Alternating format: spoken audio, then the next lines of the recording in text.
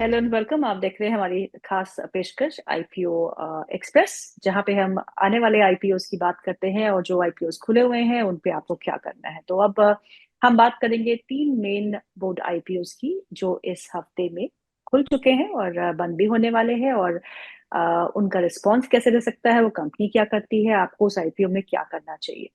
इस पे बातचीत करने के लिए हमारे साथ बहुत ही खास मेहमान मौजूद है, miss Aastha Jain, senior research analyst at Hem securities. Very good afternoon Aastha, and thank you so much for taking our time. Good afternoon, Getu, and thank you so much for calling me on your show. It's a great pleasure to be here.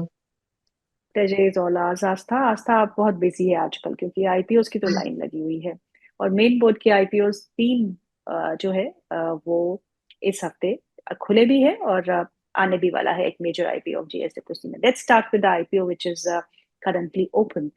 Highway infrastructure limited है, और ये IPO का price band जो है वो 65 रुपए से 70 रुपए के बीच में है, और ये आईपीओ 5 अगस्त को खुला था। आज इसका आखिरी दिन है फॉर सब्सक्रिप्शन। तो इस आईपीओ के बारे में आपकी क्या राय है? जी बिल्कुल, हाईवे इंफ्रा की हम बात करें तो बेसिकली इंफ्रास्ट्रक्चर मैनेजमेंट कंपनी है।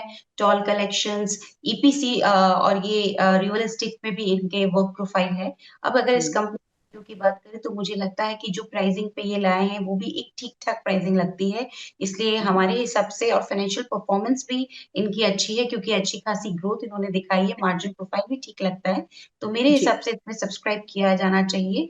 हम्म। लिस्टिंग गेन के लिए और लॉन्ग टर्म दोनों पर्सपेक्टिव से सब्सक्राइब किया जा सकता है हाईवे इंफ्रा के आईपीओ में।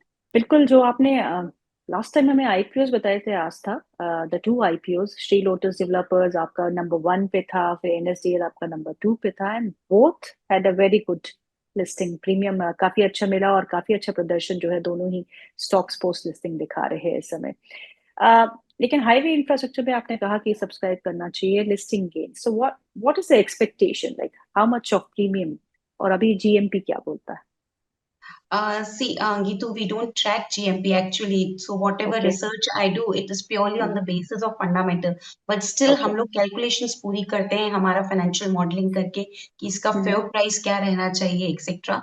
तो जो हमारा यहाँ पे कैलकुलेशन निकल के आ रहा है, उस हिसाब से मुझे ऐसा लगता है कि यहाँ पे जो इश्यू है वो आराम से 10 से 15% का रिटर्न देता हुआ बिल्कुल नजर आ सकता है। तो उस टाइम और थोड़ा सा अगर लॉन्ग टर्म के लिए भी रखना हो तो उस हिसाब से भी रखा जा सकता है। तो long term okay. Time horizon के लिए और लिस्टिंग गेन दोनों ही पर्सपेक्टिव से हमारी तरफ से यहाँ पे देने की मतलब सब्सक्राइब करने की सलाह है। 70 रुपए पे ये आ रहा है। सो मेरे हिसाब से यहाँ पे 15 to 20% रिटर्न मिलने चाहिए मिनिमम, इतना मुझे लगता है। सो इस प्रीमियम के लिए बिल्कुल सब्सक्राइब किया जा सकता है, लेकिन एक बात मैं जरूर बोलेंगे, 100% कुछ भी श्योरिटी नहीं होती। ये purely on true, the basis very of true. Calculations है। अगर मार्केट का मूड मॉल खराब हुआ, क्योंकि गीतू अभी हम जान रहे हैं जिस तरह जी। से ट्रम्प साहब के रोज ना रोज कुछ बयान आते हैं और मार्केट्स जी। बहुत वॉलेटाइल हो रहे हैं, तो कभी कभी खराब मार्केट्स में लिस्टिंग उस पैमाने पे हो नहीं पाती जितना एक्सपेक्टेड रहता है। तो वो एक वेरी ट्रू। कैविएट हो सकता है। तो उसी को मद्देनजर रखते हुए यहाँ पे ठीक ठाक लिस्टिंग गेन और लॉन्ग टर्म के लिए सब्सक्राइब करने की राय रही। जी, चलिए अब दूसरे आईपीओ की बात करते हैं, ऑल टाइम प्लास्टिक्स। और ये आईपीओ आज ही खुला है, 7 अगस्त से 11 अगस्त के बीच तक खुला रहेगा। इसका प्राइस बैंड है 260 रुपीज टू 275 रुपीज, और इससे कंपनी जो है वो 400 करोड़ रुपए जुटाने की योजना रखती है। और इस कंपनी का एक मुख्य I think that we need to really focus on is that ये जो प्रोडक्ट बनाती है वो आइकिया और टेस्को जैसी कंपनीज को सप्लाई करती है। सो दे आर बिग रिटेलर्स, और हमें पता है कि आइकिया अब इंडिया में भी आ चुका है।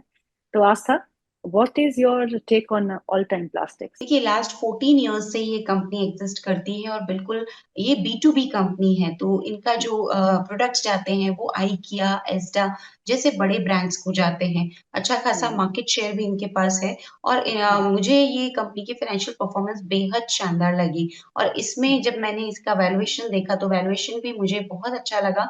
38 के प्राइस टू अर्निंग मल्टीपल पे आ रहे हैं। सुनने में थोड़ा सा हायर साइड पे लगता है, लेकिन जब हम इन्हें कंपेयर करते हैं दूसरे प्लेयर्स के साथ, जिसमें सेलो वर्ल्ड, शैली इंजीनियरिंग करके दो कंपनीज हैं जो इनके पेयर्स में आती हैं, तो डेफिनेटली ओके। आपको प्राइसिंग काफी अच्छा लगेगा, क्योंकि उनके price to earning multiple multiple more than 50 हैं। तो ओके। ये कंपनी मुझे काफ़ी सॉलिड लगी, बी2बी कंपनी है और बी2बी कंपनी होने की वजह से मार्जिन्स उस पैमाने के नहीं हैं जो कि सेलो वर्ल्ड के हैं, क्योंकि सेलो वर्ल्ड बी2सी कंपनी है और जब आप जी। प्रोडक्ट्स डायरेक्टली कंज्यूमर को सेल करते हैं, तो आपके मार्जिन्स डेफिनिटली हायर होते हैं। बट स्टिल जी। जिस तरह के प्रोडक्ट लाइन में ये कंपनी है, मुझे काफ़ी ज़्यादा पसंद आया इनका बिज़नेस और डेफिनिटली यहाँ पे सब्सक्राइब किया जाना चाहिए। लिस्टिंग गेन होने की भी उम्मीद है और अगर लॉन्ग टर्म पोर्टफोलियो में रहेगा, तो भी एक अच्छा कैंडिडेट रहेगा। तो दोनों ही लिहाज से इस कंपनी के आईपीओ में भी सब्सक्राइब करने की रेटिंग हमारी तरफ से दी जा रही है। अब बात करते हैं सबसे बड़े आईपीओ इस हफ्ते के। 3600 करोड़ रुपए जुटाने की योजना रखती है। ये है जेएसडब्ल्यू सीमेंट लिमिटेड का आईपीओ। ये आईपीओ जो है वो आज से खुला है, 11 अगस्त तक खुला रहेगा, यानी कि 7 अगस्त से 11 अगस्त तक। और price band is 139 rupees to 147 rupees.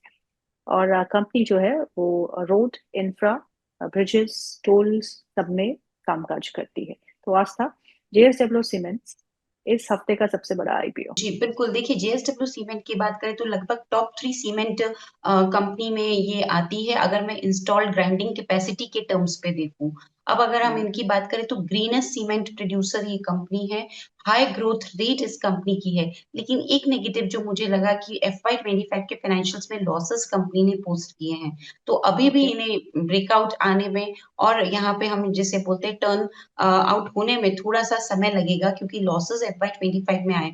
इसलिए मुझे ऐसा लगता है क्योंकि ये कंपनी एक लॉन्ग टर्म प्लेयर के तौर पे ज़्यादा अच्छी लगती है, तो उस हिसाब से लॉन्ग टर्म यहाँ पे व्यू रख के सब्सक्राइब किया जाए। शॉर्ट टर्म में अगर मार्केट का माहौल ठीक रहा तो छोटे-मोटे लिस्टिंग गेन हो भी सकते हैं, लेकिन मेनली एक ये लॉन्ग टर्म कैंडिडेट के तौर पे इसे देखा जाए और सब्सक्राइब तो किया जाए लेकिन long term point of view से। जैसे कि आपने कहा कि फाइनेंशियल्स को लेके थोड़ी बहुत दिक्कत है लास्ट ईयर में। Maybe that is the reason कि प्राइस बैंड को काफी कंजर्वेटिव साइड पे रखा गया है। जी बिल्कुल, यहाँ पे प्राइस बैंड कंज़र्वेटिव है लेकिन फिर भी जो हम दूसरे रेशियोज़ देखते हैं गीतू जैसे कि हम्म। ईवी बाय एबिटा क्योंकि लॉस हम्म। में है तो प्राइस टू अर्निंग को तो महत्व रहता नहीं है। तो जी। ईवी बाय एबिटा के फ्रंट पे जब मैंने इसे कंपेयर किया दूसरी कंपनी से तब भी वैल्यूएशन स्ट्रेच लगे। तो वो ओके। प्राइस बैंड में जो टिकट साइज़ है वो तो दिखने में स्मॉल लगता है, लेकिन अभी भी अगर मैं वैल्यूएशन फ्रंट पे देखूँ तो उसमें थोड़ा-सा स्ट्रेच्ड लग रहा है वैल्यूएशंस। तो इसीलिए हम थोड़ा-सा इसको लॉन्ग टर्म के पॉइंट ऑफ व्यू से ज़्यादा देख रहे हैं और शॉर्ट टर्म की भी बात करें तो अगर मार्केट अच्छे रहे तो हो सकता है छोटे-मोटे लिस्टिंग गेन हो जाएँ। लेकिन अगर लगाना है तो मेनली लॉन्ग टर्म को दिमाग में रख के लगाएँगे तो ज़्यादा सही रहेगा। आज तो मेरा यहाँ एक सवाल रहेगा जनरल अवेयरनेस के हिसाब से। जैसे कि आपने कहा कि लॉन्ग टर्म के लिए आप ये स्टॉक रख सकते हैं, शॉर्ट टर्म में मे बी और may be not you get the premium. तो ऐसे में इजंट इट बेटर कि हम सेकेंडरी मार्केट से खरीदे, पहले देखे कंपनी कैसे लिस्ट होती है, उसके बाद यू टेक योर कॉल। देखिए, क्या होता है ना गीतू कभी-कभी ऐसा होता है कि जब आप बड़ी कंपनी का कोई आईपीओ आता है, जैसे JSW is a very big group, तो ब्रांड जो एक होल्ड कर रही है कंपनी, उसका प्रीमियम उसे मिल जाता है, क्योंकि it is okay. From a very, very big group और उस वजह से हमें लगता है कि यहाँ पे नेगेटिव लिस्टिंग होने के आसार काफ़ी कम हैं। इसलिए ओके। हमारी सलाह ये है कि छोटे-मोटे लिस्टिंग गेन यहाँ पे होने की उम्मीद है, उस हिसाब से लगाएँ। लेकिन ये बात भी ज़रूरी है कि सेकेंडरी मार्केट से भी इसे लिया जाता है इफ इन केस लिस्टिंग बहुत ही ज़्यादा हम नेगेटिव एक्सपेक्ट करते, जो कि अभी तो केस नहीं लग रहा। तो इसलिए ओके। करंट लेवल पे आईपीओ में लगा लीजिए, लेकिन मैं फिर रिपीट करती हूँ लिस्टिंग गेन पे जिस तरह से आपने लोटस की लिस्टिंग देखी, इट वाज़ अ जी। Fantastic listing.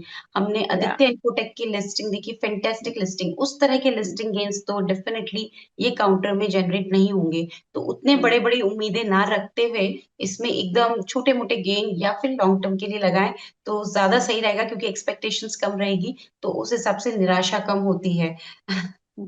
बिल्कुल आपने कहा, बिल्कुल सही कहा कि बहुत बड़े ग्रुप की कंपनी है। और लॉन्ग टर्म में it is really going to do well, because cement एक ऐसा सेक्टर रहा है जो इंफ्रास्ट्रक्चर से जुड़ा हुआ है। और हमारे देश को अगर विकसित भारत हम अ, अ, बनता देखते हैं in by 2050, so infrastructure has to play a very great role, और राइट। सीमेंट का जो है उसमें एक बहुत इंपॉर्टेंट रोल होता है। जाते जाते ये भी बता दीजिए आप साहब कि अगर किसी को आईपीओ में निवेश करना हो तो 3 criteria that one should look into. तो अगर निवेश करना है तो इन तीनों आईपीओज़ में अगर एक के साथ जाना चाहते हैं या 2 के साथ, तो मेरे हिसाब नहीं नहीं से नहीं, I think rankings I would not want for you कि कोई भी आईपीओ हो, नॉट फॉर दीज सी आईपीओ, कोई भी आईपीओ हो, तो एक निवेशक को क्या 3 बातों का ध्यान रखना चाहिए before subscribing to the sure. निश।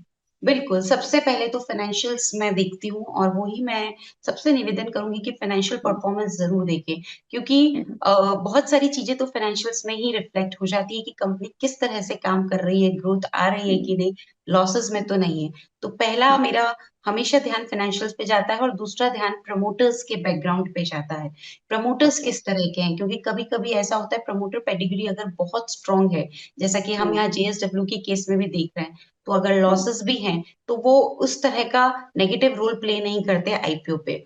और जो तीसरी चीज़ है वो इंडस्ट्री को ज़रूर देखिए कि किस तरह की इंडस्ट्री है। जैसे हमने जी, पास्ट में देखा इटर्नल जो अभी पहले ज़ोमैटो के नाम से था, तो वो एक जी, इंडस्ट्री हाई ग्रोथ इंडस्ट्री थी। अब वहाँ पे जब हुँ, आईपीओ आया तो लॉसेस उस टाइम पे भी थे। लेकिन हुँ, इंडस्ट्री को देख के हमको लग रहा था कि इतनी अच्छी ग्रोथ रहेगी क्योंकि उस टाइम 2 ही प्लेयर्स थे, ओलिगोपॉलिस्टिक मार्केट था, अब तो काफ़ी प्लेयर्स आ गए, ज़ेप्टो इज़ आल्सो जी, there.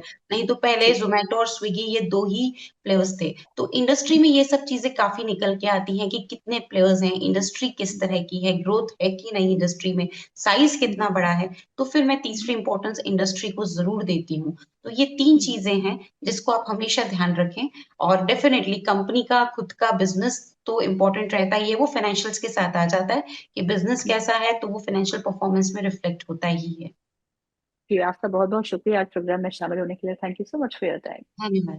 Thank you so much Keetu for calling on this. धन्यवाद।